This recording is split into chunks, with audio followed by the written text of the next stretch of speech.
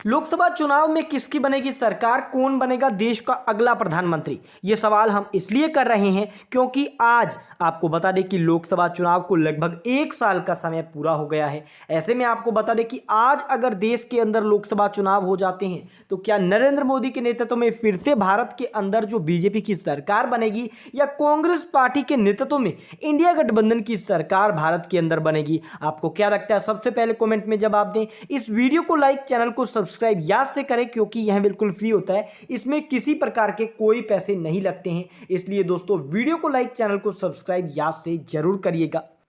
दोस्तों यहां पर आपको बता दें कि लोकसभा चुनाव के अंदर अगर हम वर्तमान स्थिति की बात करें तो बीजेपी के पास 240 सीट, कांग्रेस के पास 99 सीट और जो अन्य है उसके पास भी अच्छी खासी सीट्स हैं। यानी दोस्तों आपको बता दें कि दो बड़ी पार्टियों की हमने बात की है तो ऐसे में बीजेपी के पास अच्छा खासा बहुमत के नजदीकी स्कोर है, तो ऐसे में बीजेपी की सरकार वर्तमान में केंद्र के अंदर है। चलिए अब हम बात समझाया ना करते हुए उत्तर प्रदेश की कर लेते हैं। उत्तर प्रदेश के अंदर 80 लोकसभा की सीटें हैं जिसमें दोस्तों 32 सीटों पर एनडीए गठबंधन के खाते के अंदर जीत जाने की संभावना बताई जा रही है। 45 लोकसभा की सीटें इंडिया गठबंधन के खाते के अंदर जाने की संभावना बताई जा रही है। 3 लोकसभा की सीटें दोस्तों अन्य के अंदर जाने की संभावना बताई जा रही है। यानी उत्तर प्रदेश के अंदर इंडिया गठबंधन पहले से अधिक मजबूत होगा।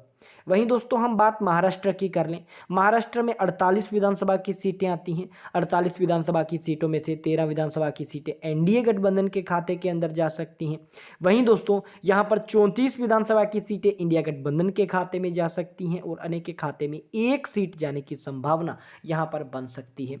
वहीं दोस्तों यहां पर हम बात करें आंध्र प्रदेश की 25 यहां पर लोकसभा सीटों की तो 13 लोकसभा की सीटें एनडीए गठबंधन, 2 सीटें इंडिया गठबंधन, 10 सीटें अन्य के खाते में जा सकती हैं।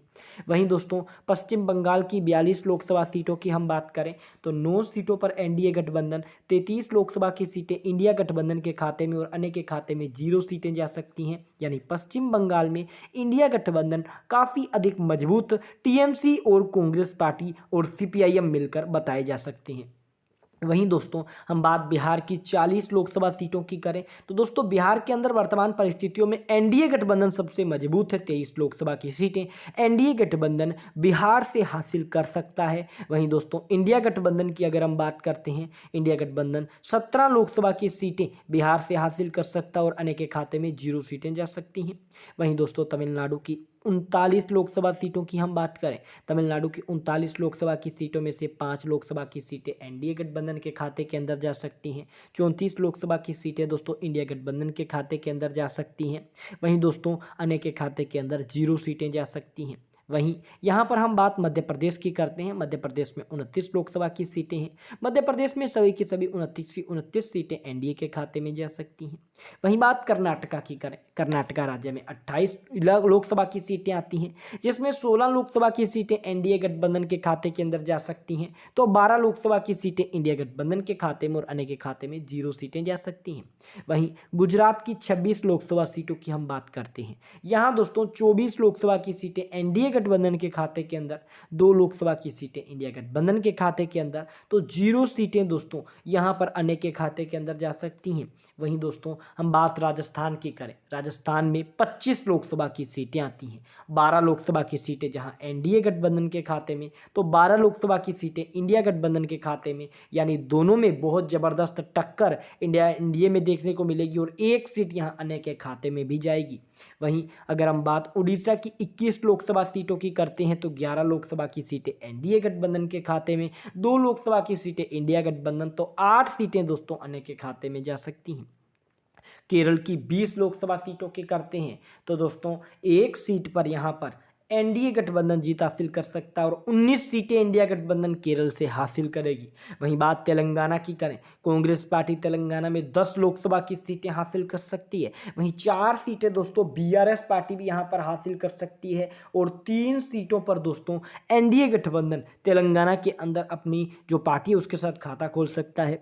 वहीं बात अगर हम असम की 14 लोकसभा सीटों की करते हैं तो दोस्तों 11 लोकसभा की सीटें एनडीए गठबंधन के खाते के अंदर, 3 लोकसभा की सीटें इंडिया गठबंधन के खाते के अंदर। वहीं दोस्तों 0 सीट अन्य के अंदर जा सकती हैं। वहीं दोस्तों आपको बता दें कि यहाँ पर हम बात झारखंड की करें, झारखंड के अंदर दोस्तों यहाँ पर वर्तमान परिस्थितियों में मजबूती के साथ यहाँ पर एनडीए देखने को मिल रहा है। 4 सीटों पर इंडिया गठबंधन जीत हासिल कर रहा है और अन्य के खाते में 0 सीटें जा रही हैं। बात पंजाब की करें, पंजाब में 13 लोकसभा की सीटें हैं।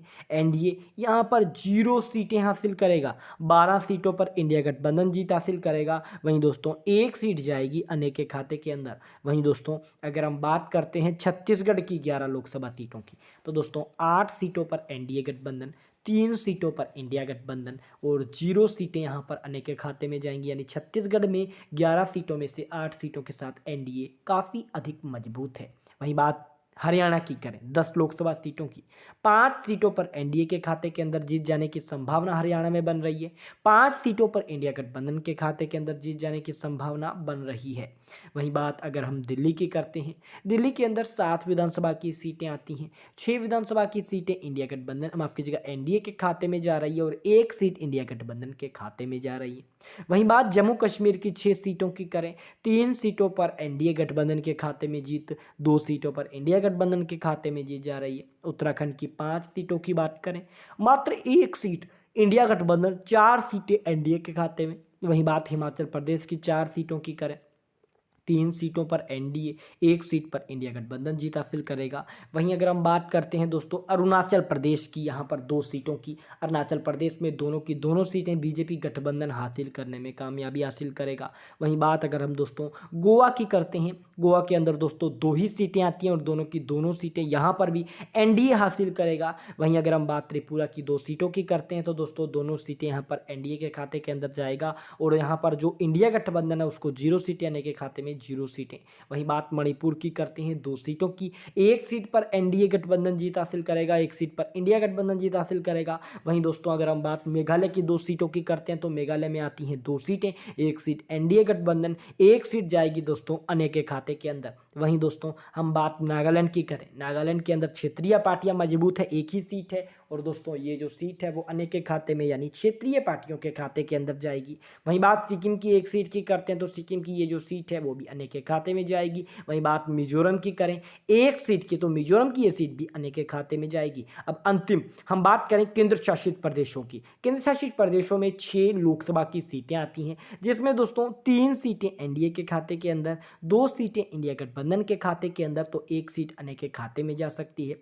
कुल मिलाकर दोस्तों हमने भारत की सभी 543 लोकसभा सीटों की बात की है, जिसमें 252 लोकसभा की सीटों के साथ प्रधानमंत्री नरेंद्र मोदी के नेतृत्व में एनडीए यहां पर बहुत अच्छा प्रदर्शन कर सकती है। इंडिया गठबंधन 257 लोकसभा सीटों के साथ अच्छा प्रदर्शन कर सकती है, लेकिन इसमें बहुत सी बड़ी पार्टियां शामिल हैं। लेकिन एनडीए के अंदर सबसे बड़ी पार्टी, सबसे मजबूत बड़ी पार्टी बीजेपी ही है। वहीं अन्य की बात करें तो अन्य के खाते में 34 सीटें, बहुत अधिक संभावना है ये 34 सीटें एनडीए के पाले में जाए, क्योंकि एनडीए बहुत मजबूत है, बीजेपी बहुत मजबूत है। ऐसे में एनडीए को यहाँ पर सरकार बनाने का न्योता मिलेगा, क्योंकि बीजेपी को फिर से यहाँ पर जो बड़ी पार्टी है उसको बनने का सौभाग्य मिलेगा। तो ऐसे में दोस्तों फिर से एनडीए की सरकार वर्तमान स्थितियों के अनुसार बन सकती है। आपको क्या लगता है, कमेंट में जवाब दें।